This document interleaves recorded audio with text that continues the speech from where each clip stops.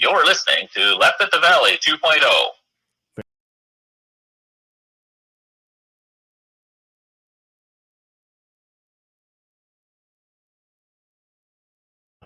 All right, our next guest is Mr. Roy Dahl from the Free Native Press. He is the publisher. He's a snappy dresser and a snazzy dancer. Mr. Dahl, thank you so much for being with us on the show. Oh, boy. Let's give you a large applause at least. There we go. Spare no expense. Okay. Ready. Okay, so as we were saying, take two. Maybe you'd be so kind to give us a quick bio as to who Roy Dahl is. Well, my name is Roy Dahl. I'm a Anishinaabe from the Red Lake, Ontario area of Canada. I was born and raised in Red Lake, but my band membership is the Kanjikum First Nation, which is about 60 miles north of Red Lake. I am a 60 scoop survivor. I'm also a residential school survivor.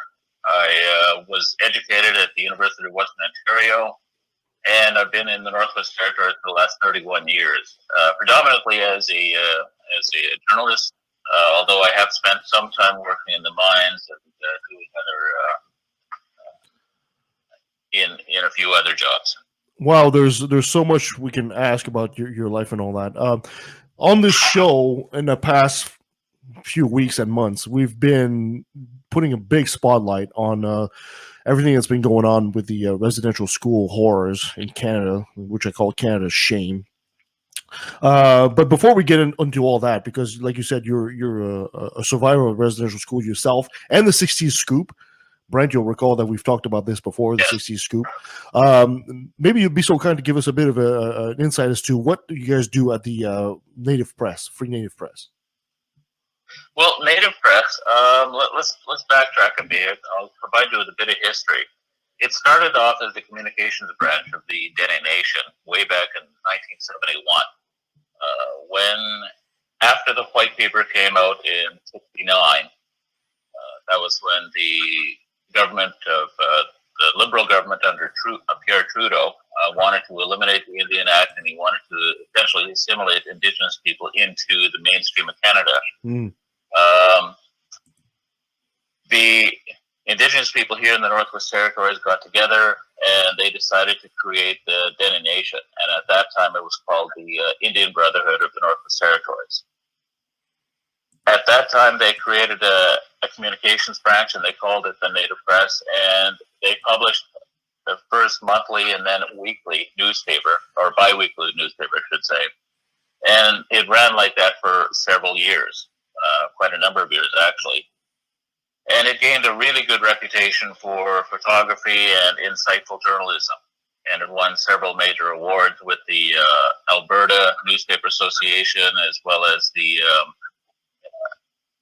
other associations. It submitted awards, it submitted articles and newspapers, or rather photos to. And then in 1990, the Conservative government under Brian Mulroney slashed programs that funded Indigenous newspapers across Canada. Newspapers had their budgets cut immediately, 75%.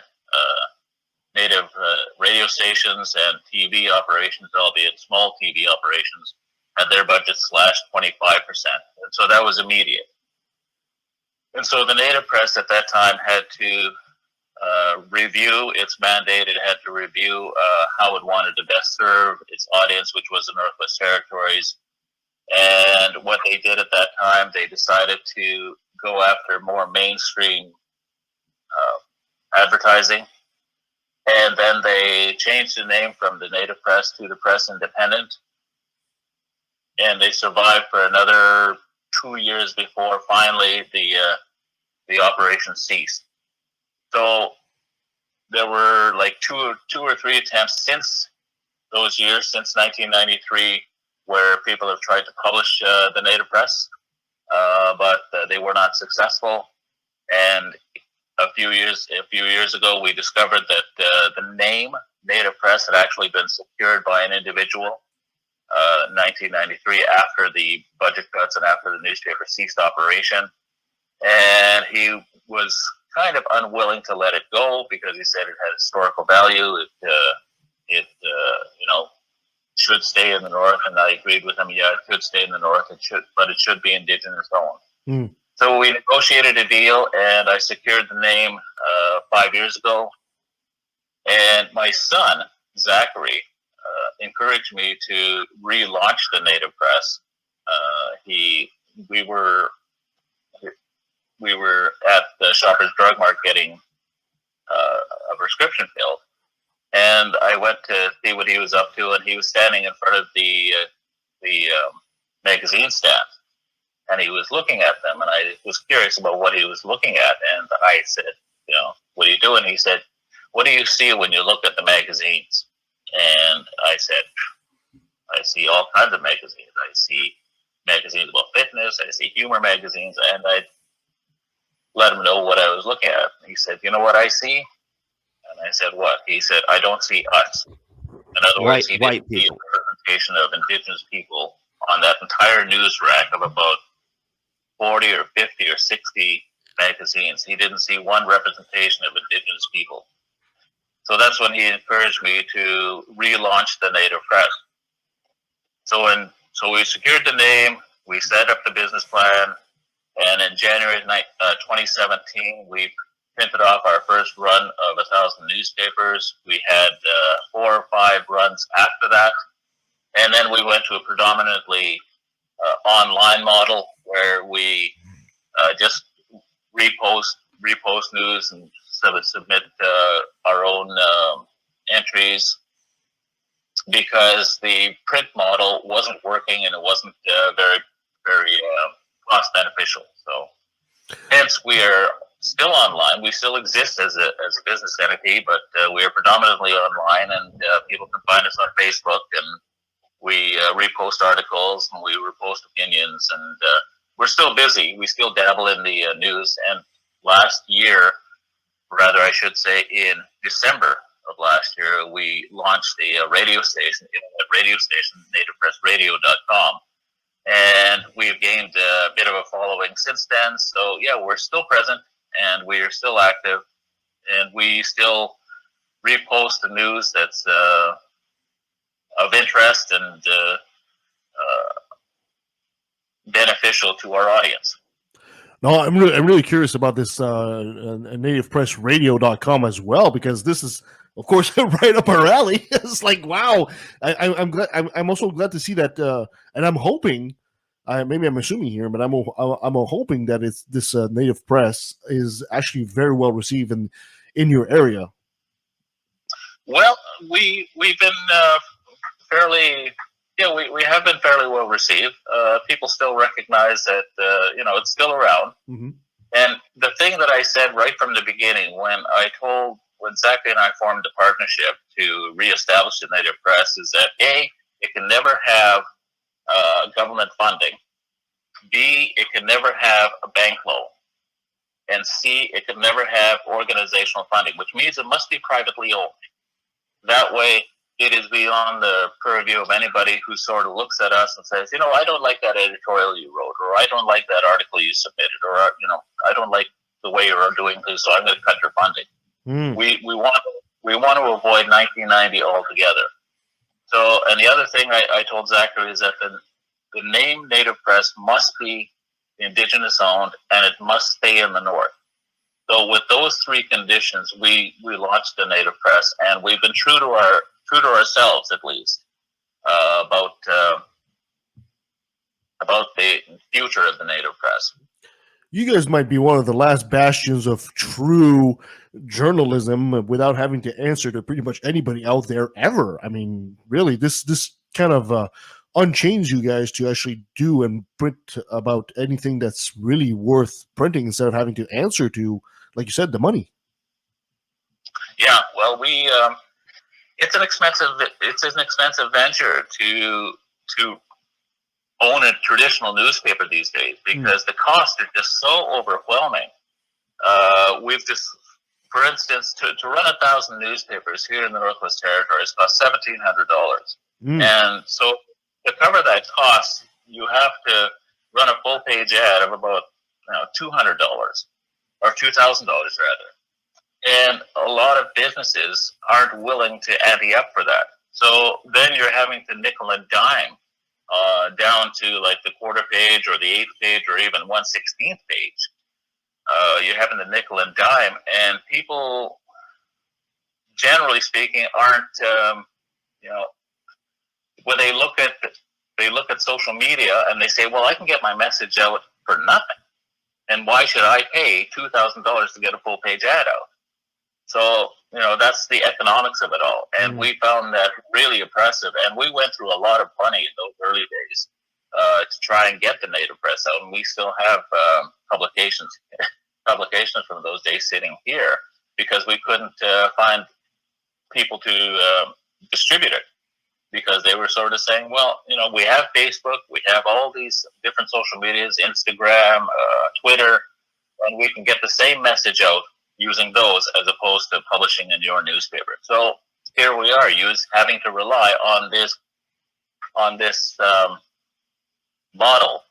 And so we recognize that Facebook is a huge enterprise. It's a huge entity that serves everybody, not just the Indigenous people.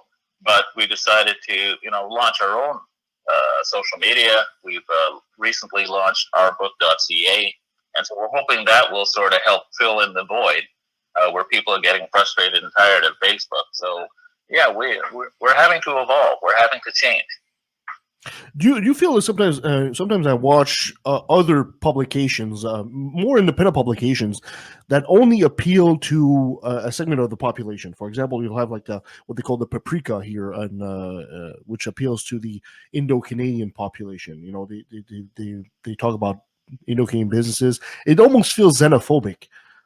Is that something that you're bumping into as well with the native press? Is there really like an isolation of First Nations or in the Northwest Territories, or is it something that's opening and appealing to more than just the First Nation demographic? Well, I think we have to recognize that we truly live in a global environment.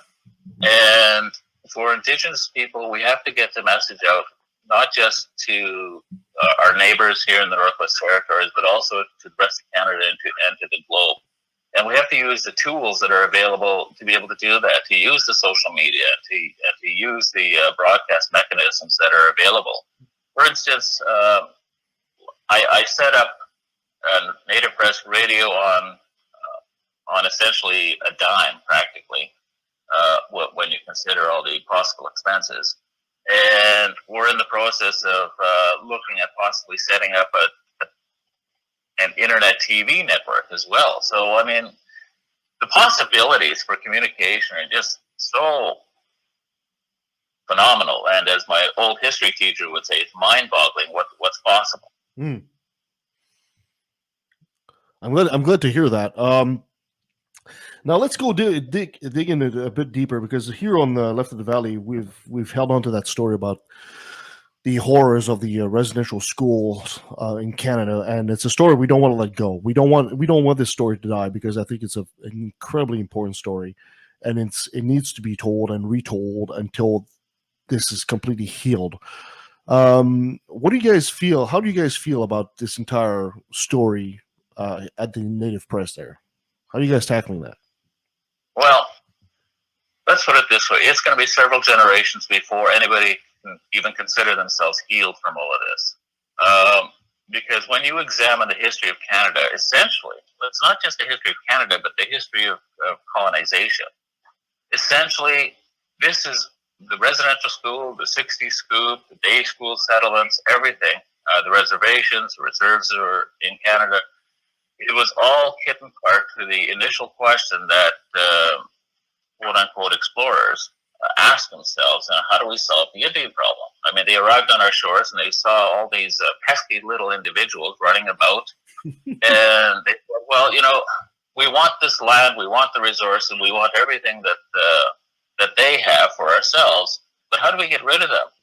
So aside from just outright genocide, which is what Christopher Columbus practiced, because, I mean, his explorers and the ones that soon followed just practiced arbitrarily, just outright extermination, Mm-hmm. and there are countless tales of that.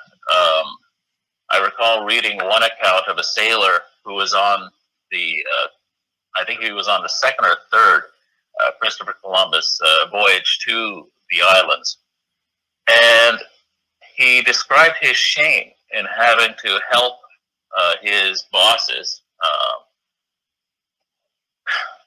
convert the native people, and the way they did that was they took the chief or the headsman or the appropriate leader, and they grabbed his arm and they asked him in Spanish, "Do you accept Jesus Christ as your Lord and Savior?" And of course, the leader didn't understand what was being said, and he shook his head, and they chopped his hand off. So then they take the other hand and they say, "Do you accept Jesus Christ as your Lord and Savior?" And of course, he looks at his one hand, it's gone, and he looks at his other hand, it's still there, and of course, he nods his head. And they did that as a practice for most of the people that they contacted to convert them into the mercy of the Christian faith. And so, and what the author of the article said was, "I am so ashamed to be, a Christian. I'm so ashamed to be Spanish. I'm so ashamed to be among the group that landed here. But there's nothing to do about it." Now, I tell that just as a precursor to some of the other practices that were administered to other explorers or other rangers, as some would say, into the heartland of Turtle Island, because that's predominantly how Indigenous people were treated. They were treated as savages. They were treated as uneducated. They were treated as unsophisticated. And they were treated as not worthy of being the caretakers or the landowners. Well, we didn't really think we owned the land. Mm-hmm. We just occupied it. We just used it for whatever resources they could supply us. But there was a thinking within the colonists, that because the Lord gave us dominion over the world back in Genesis, we have a right and we have a responsibility to show others how to properly use those resources and how to properly, attain the benefits and riches that God promised us back in Genesis. And here are these savages on the land. They're just running around, just fulfilling their lives, but they're not using the land. They're not doing anything with it. They're just, using the surface, where we could use it to our benefit so much better than they can. Mm-hmm. So that was the thinking. How do we solve the Indian problem? And so what do they do? They put us on reserves, first of all. Then they put us in residential schools, and they try and educate us in the ways of modern society. And, some of the stories that are coming out of residential schools still are horrifying. And they're akin to some of the stories that were told about the Jewish Holocaust in World War II. Yes. The abuses, not just the physical abuse and the sexual abuse, but also the psychological abuse and the emotional abuse. And when you're told that you're not worth anything, and when you're told that you're a sinner and you're dirty and you're just a horrible human being, eventually that wears you down. Mm-hmm.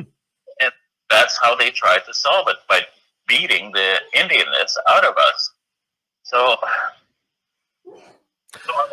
and plus the other thing too is when they enacted the Indian Act, they enforced all kinds of conditions upon us. They didn't let us go to university for it. They said that's a crime, punishable.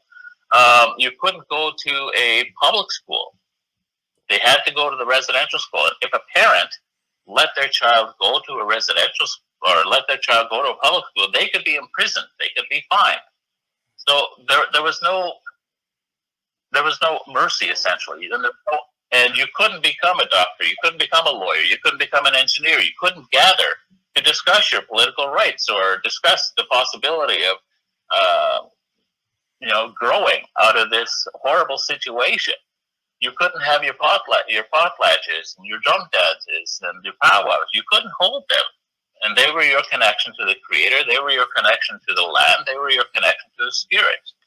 So with all of that against you, is it any wonder that a lot of people turn to alcohol and turn to substances and turn to other ways of being able to express themselves? And if you decided, for instance, if you decided to join the military and then come back to your land, you were stripped of all your indigenous rights. So I don't know. I mean, you look at the residential school and you sort of scratch your head and you say, geez, and how did we ever make it?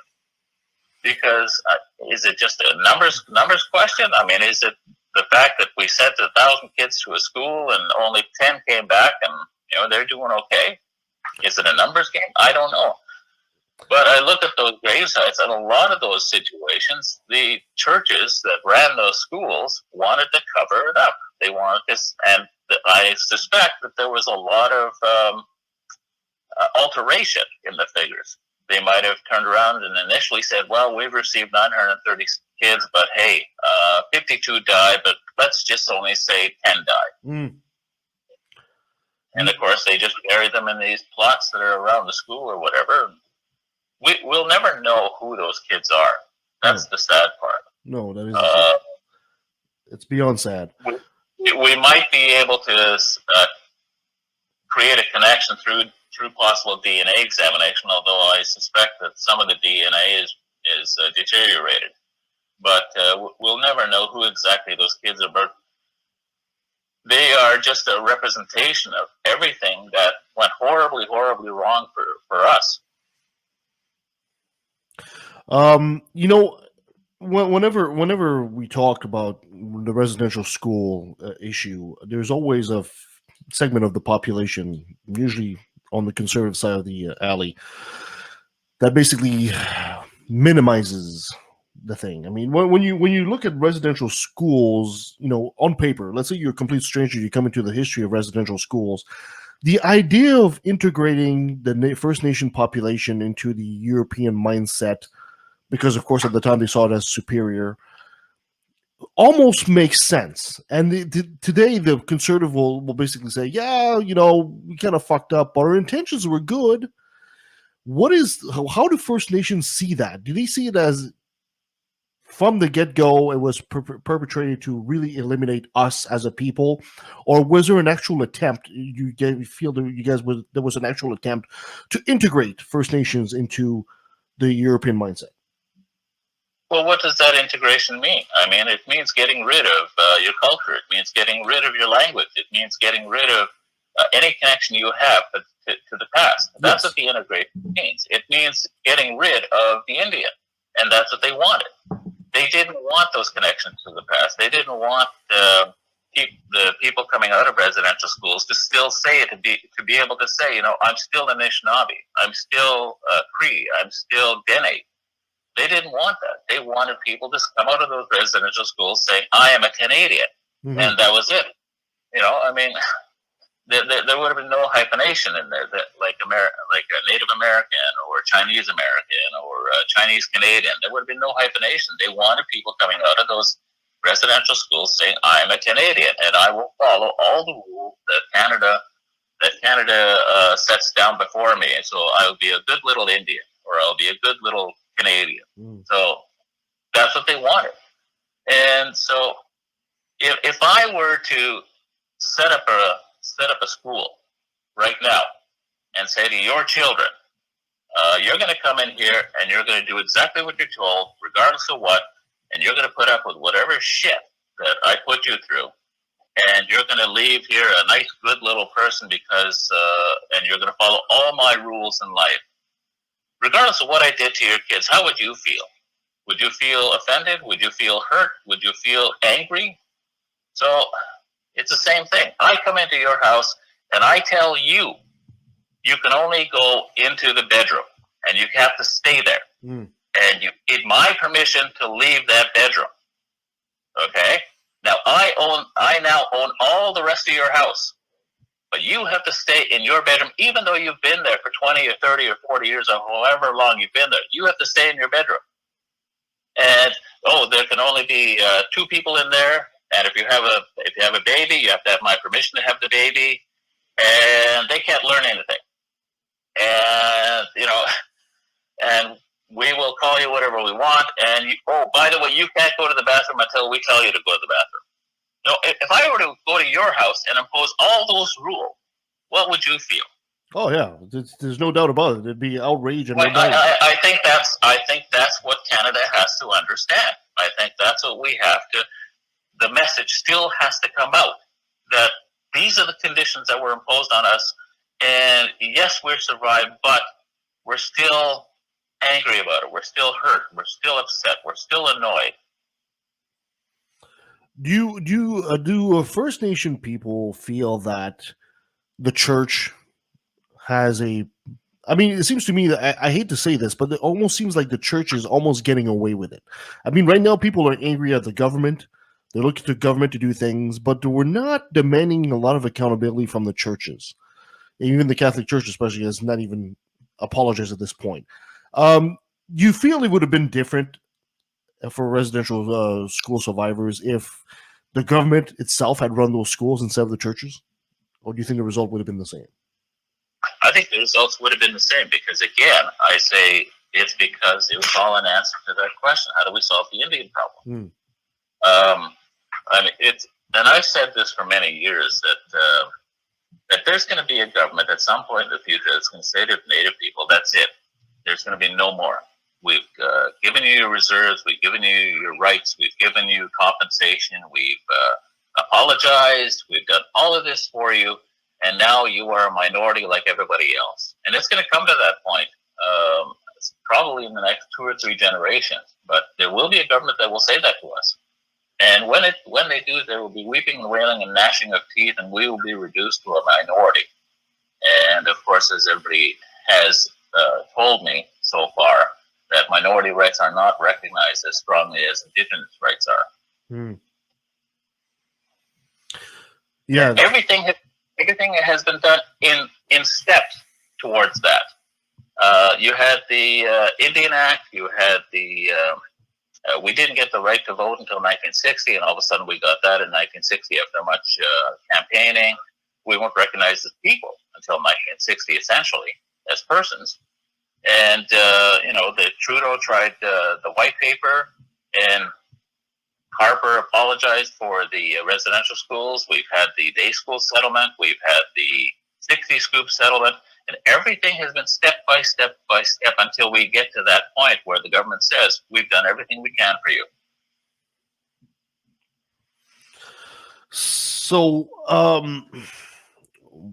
there's no easy answer to that question, but what would make this right?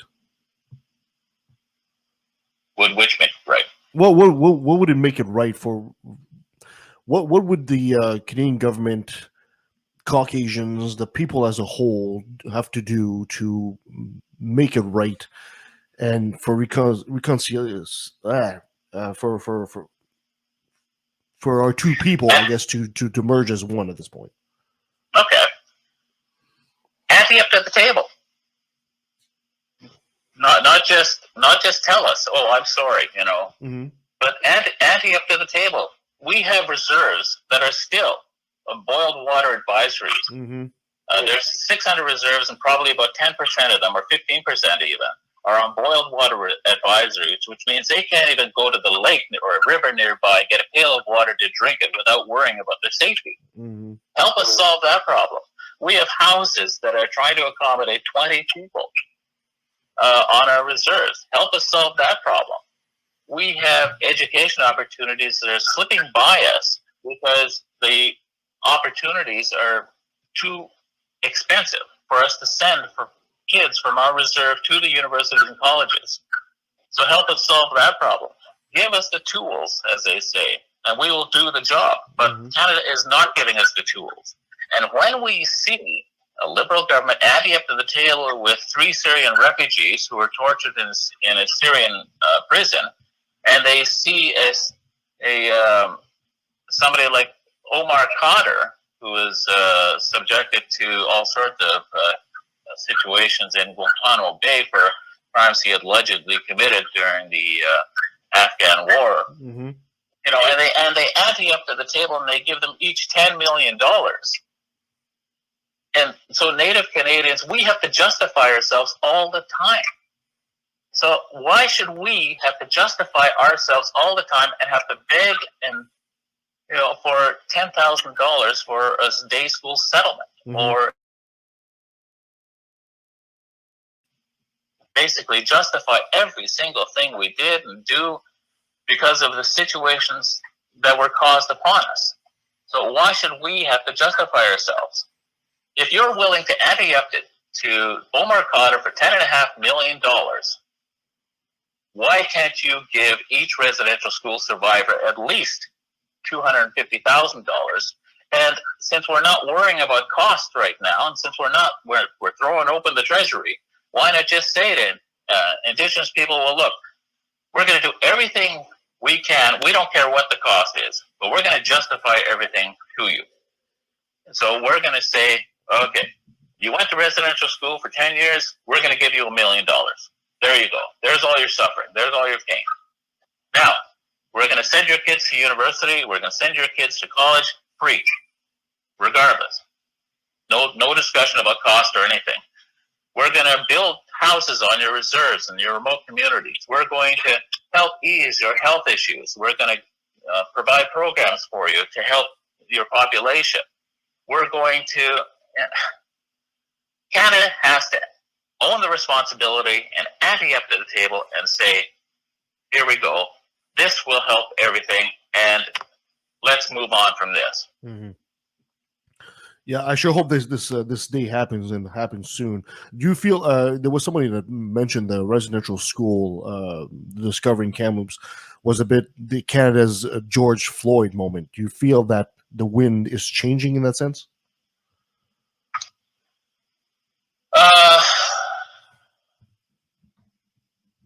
A little bit, but not a lot. Like, I'm not. I think a lot of people are just hoping that the incidents like George Floyd will just kind of slip under the carpet at some point. I think they're just kind of hoping it'll go away. But you know, as long as we keep the memories alive, we have to keep reminding society that you know, there still exists systemic racism. There still exists. You know, even within the police force, an element that still believes that they're far superior to anybody, not just Native, but of color. You know, and they can still enforce rules as they see fit. And in a lot of those cases, those applications of rules come with force, sometimes unnecessary force. Roy, you were a survivor of the 60s scoop. I don't want to get into somewhere too personal if you don't want to talk about it, but is it possible for you to describe to us, because a lot of our audience is also in the States, and they don't necessarily understand the residential school issue, although they had their version in the U.S. They had the Indian boarding schools, and eventually this story will happen in the U.S. as well. So can you survived the 60s scoop. Is it possible for you to describe to us I wasn't born at the time, so what was that like? Well, okay, just to backtrack a bit, I was born in Red Lake, Ontario, and for the first 3.5 years of my life, I was with my family, and I was learning Ojibwe, and we split a lot of time between Red Lake, Pikangikum, and the trap line. And at some point in 1963, social services deemed my mother not a fit mother. And so my brother recounted this story to me. What he told me was that they showed up one day, they explained the situation to my mother, and they, along with a police officer, took me and a younger sibling with them. Now, my younger sibling was probably only about 2 at the time, so they put her in a foster care situation, and they sent me along down with my older brother down to St. Margaret's down at Fort Francis residential school. At Fort Francis, apparently, they quote unquote processed me. They discovered I was only 3.5, And so then they said, well, no, he can't stay here. What we'll do is we'll put him into foster care. So a little while later, and my brother figures it was about a week, maybe 2 weeks after I arrived there, I was sent to Kenora, Ontario, where I was put into the foster care system, and then later shipped back to Red Lake to be put into a children's home run by the Mennonite Church. Mm. So I spent about a year, maybe a year and a bit before I was put into a foster care home, and then I spent time in another foster care home before the Dahls finally came to the children's home and picked me out as to adopt, essentially. And so in April of 1965, I was adopted by the Dahl family. Now, being adopted into a white home is kind of like a double-edged sword. You enjoy the benefits of the good home and the clean clothes and the vacations and the you go out in the land when you want, and all of that. And of course, the other side of that sword is that there's a huge disconnect with your own people, and a huge disconnect with the audience that you're trying to become involved with, aka the white people. So in school, I was teased by the white kids for being a jigaboo, and as one kid put it, "You're just a brown nigger. You're just dumb and you're just as dumb and stupid as a nigger, except you're brown." Wow. And of course, the native kids didn't include me in their activities either, because I was living in a white home, and they called me an apple and a potato. So I mean, I was kind of lost between two worlds, and I discovered later in years that a lot of 60 Scoop survivors are the same way. We were lost, and we're still kind of lost because we're still not quite welcome in either world. But I remember I was crying one day, and I went home and I cried after some vicious teasing from some of the white kids. And my mom sat me down, my stepmom sat me down, and she said, "Roy, because of your situation, because you're here with us, you will never be accepted into either circle. You'll never be accepted into the white circle. You'll never be accepted into the native circle." She said, "And you have to get used to that." But she said, "The thing is, they may not like you. At least they should respect you. So whatever you do in life, go out and make sure that you become very, very good at it, so that they can at least respect you. Be excellent at what you do." And that's when she first taught me the idea that excellence is the antidote to racism. That they may not like you because of the color of your skin, or because of your language, or because of your culture, or whatever else, but at the very least, they should respect you for you being excellent at what you do. I think that's very nice. So after that, I just started focusing on my own thing, and I just started doing the stuff that interested me. I mean, I was very athletic back then. I used to cycle like 50 miles on a Saturday and a Sunday, and run like 3 or 4 miles at a time. I used to play a lot of hockey, and I was involved in a lot of high school activities. So I mean, I learned how to focus on the good in life, as opposed to focusing on all the negatives. Yeah. Wow. I think that's very wise advice, first of all, and I think she's absolutely correct. Excellence in any situation or any field commands respect right off the bat. So I think that was very wise advice. Yeah, Kevin, can you ask him for me? What the apple thing? Is that I've the apple or the potato? Yeah, so is that what because I've heard the Brent Twinkie. Yeah, I'm sorry. But have you heard Asian people say the Twinkie thing where it's they're yellow on the outside, white on the inside? Yes, I know. I'm trying to translate here. Brent wanted some clarification on the apple and the potato thing, because there's something similar down south in the U.S. For the Asian populations about a Twinkie or something like that. So can you clarify that kind of insult, what that meant? Yeah, I get called that all the time. White on the inside, brown on the outside. Oh. the inside and red on the outside. It just refers to having, I guess, the values of the society as opposed to the values of what people believe to be your culture. So, okay, that makes more sense now. Yeah, that's interesting. The values and the, I guess, the sense is how I would put it. Okay, that makes more sense. That's fascinating. Yeah.